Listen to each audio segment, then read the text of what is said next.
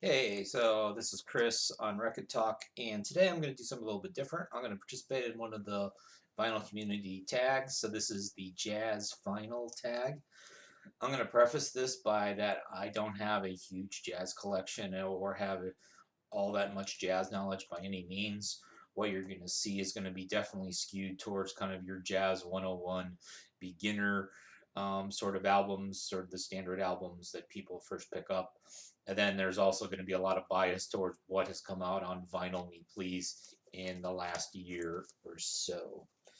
Uh, but album that got me into jazz, the first one I don't actually have a physical format of. Herbie Hancock Headhunters. So the jazz fusiony sort of stuff. I remember my parents had it when I was a little kid. I remember hearing it. I recently bought the download version of it. I don't have it on a physical format yet, and it's like I could still remember all those songs, and I thought that was pretty cool. Um, and then the first album you bought, well, I didn't actually buy this, but the first vinyl jazz album I had. Okay, so this is Miles Davis, Sketches of Spain. Um, and then the first jazz that I actually bought was CD. Um, I think I bought both of these the same day. They have the Wax Trax sticker on them from 1995, so I would have been living near Denver at that point in my life. These are both just some like compilations. They're not that great sounding. Um, Giants of Jazz, whatever this is. But there's this Bebop 1945 to 1953. So it's a comp. It's got a lot of Dizzy Gillespie on it, a lot of Charlie Parker on it, some Tad Dameron, a couple other things. And then the one that I actually liked better out of these two comps, and for a long time, basically these couple of CDs and that Miles Davis album was pretty much the extent of my jazz collection. I've gotten a little more extensive since then. So this John Coltrane compilation, and again, this is stuff from probably the mid to late 50s. So some of this was with him with Miles Davis. Let's see. Um, Tad Dameron, Thelonious Monks. Some of it was with his own group, so various things from the mid to late 50s were on this comp. So you got Trains Blues, Monk's Mind, Chronic Blues, and the like. Um, so, getting into some of the famous labels. So I'm just going to kind of pick one from each of the labels I have. So we've got an Art Blakey and the Jazz Messengers on Blue Note. So that's obviously a Blue Note. So this is something I picked up in the last year. Um, I like this. I picked up a couple other Art Blakeys along the way as well. This will be the one I'll show for this video. Um, Prestige. Um, I looked it up on my Discogs. I don't seem to have anything by Prestige. Impulse. So, Love Supreme, John Coltrane. So this is the one that came out recently. Okay, so there's the actual record. We've got the nice gatefold here. I Love Supreme. And so, obviously, this is great stuff on the Impulse label.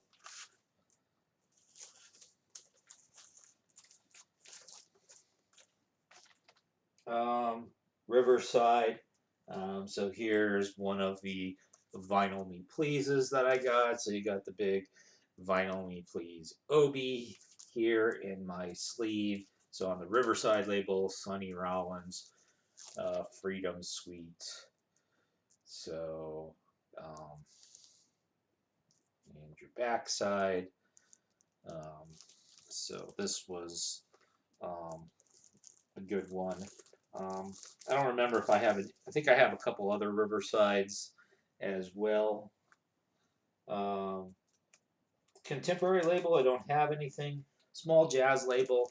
So I know Vinyl Richie has talked a little bit about some of the black jazz he's picked up. And again, this was another Vinyl Me Please one for me. So it's on the funky colored, um, tiger colored sort of vinyl. This is Walter Bishop Jr. with Coral Keys. So on the black jazz label, so the front and the back look exactly the same. I mean, this picture of him, this is just like reeking early 1970s. He just seems like the online cool, and I know it. So he's a piano player. Idris Muhammad's playing drums. On the first side, um, Harold Vick playing flute, soprano, tenor, depending on which side we're on. Um, so I like Coral Keys by Walter Bishop Jr. Album that not many know about but should. So here's another Vinyl Me Please pickup. Sunshine Man by Harold Alexander. I mean, check out that picture on the back. I mean, um, and on the front. Um, so again, he played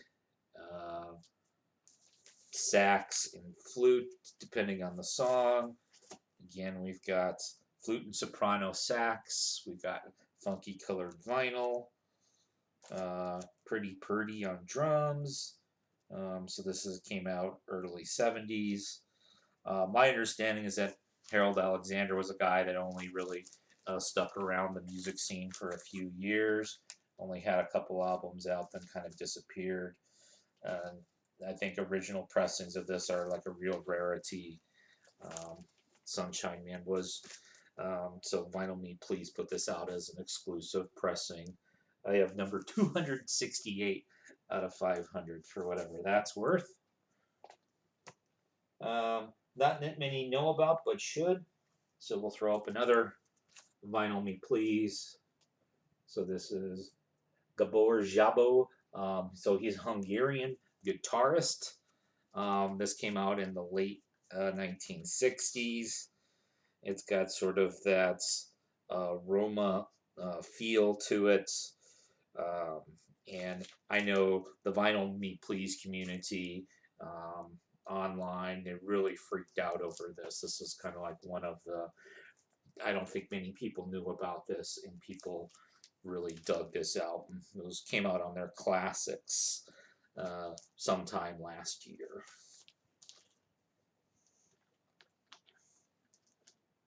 So that was the favorite bought in 2020. I think not many know about, but should, was Harold Alexander. Favorite bought in 2020 was the Gabriel Jabo, although you could almost flip-flop those two categories in my mind.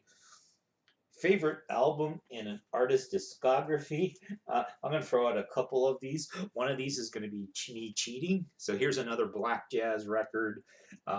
This is Roland Hayes, The Second Wave, although he's incorrectly listed as Roland Hayes on the spine.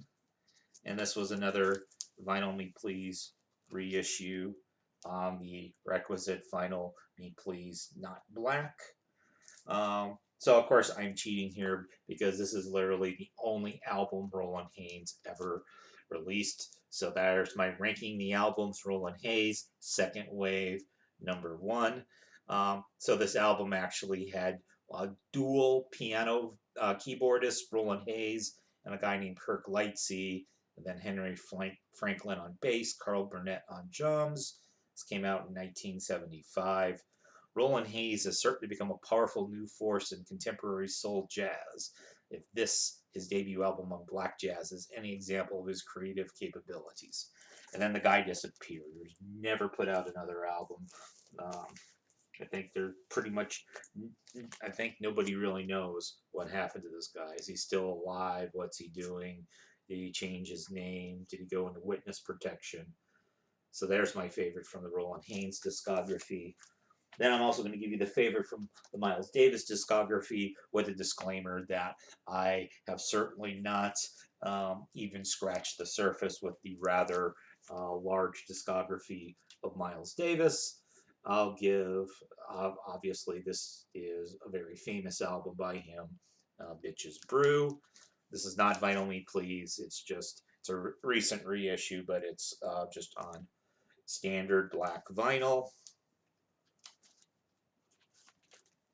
Um, and so double disc. And this is also an album I remember hearing when I was a kid. Favorite album bought brick and mortar? Well, we'll just do a little Rekkid Day story uh, here. So this is Charlie Parker Jazz at Midnight. So this was part of the first Rekkid Store Dre drop last year. And so I'm actually not a huge record store day.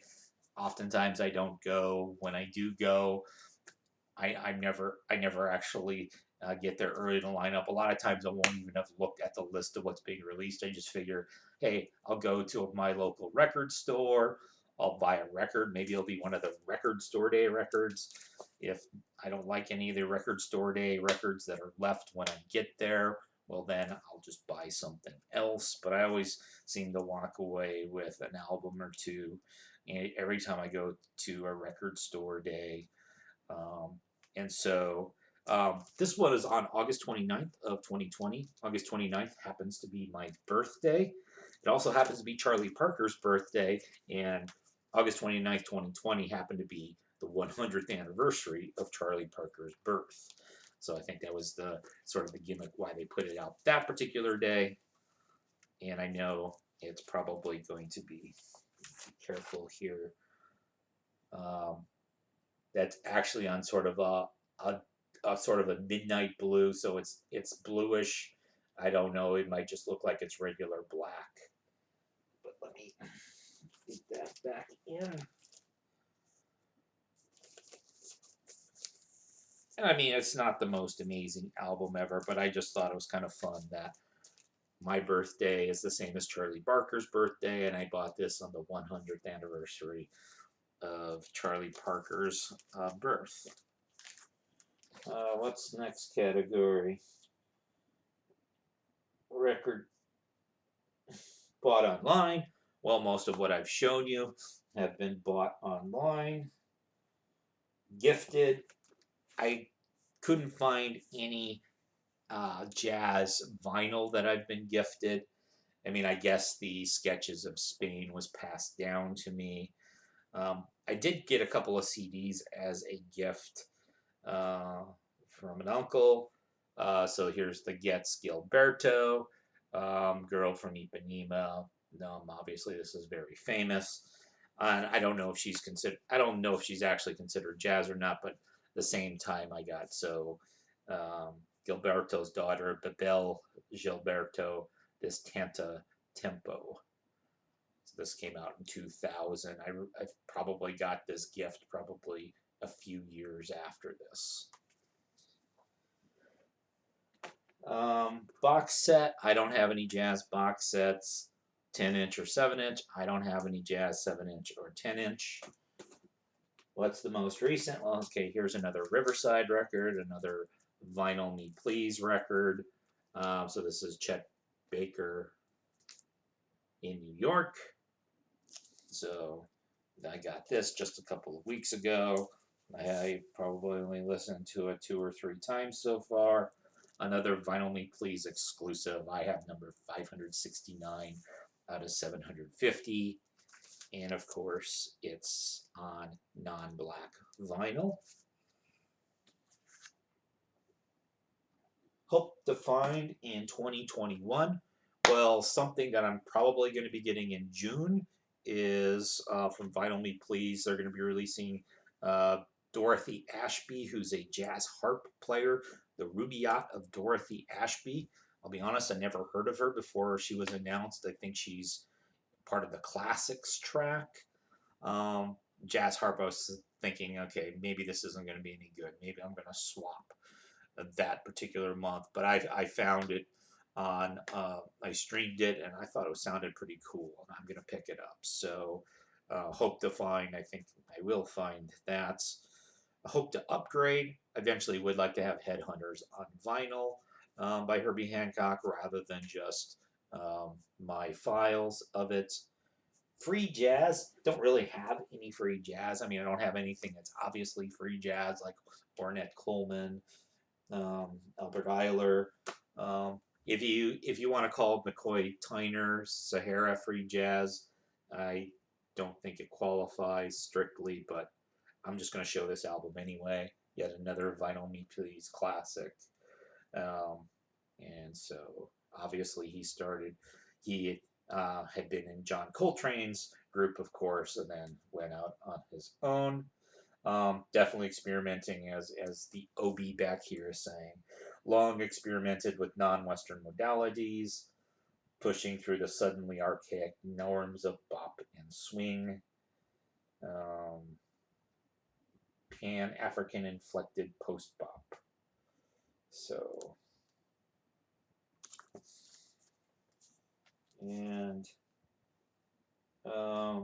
Desert Island Jazz record. So I think I would probably end up flipping a coin between Bitches Brew and Love Supreme if I only get to bring one. All right, so that's my jazz final tag. I'm sure very disappointing to the jazz aficionados.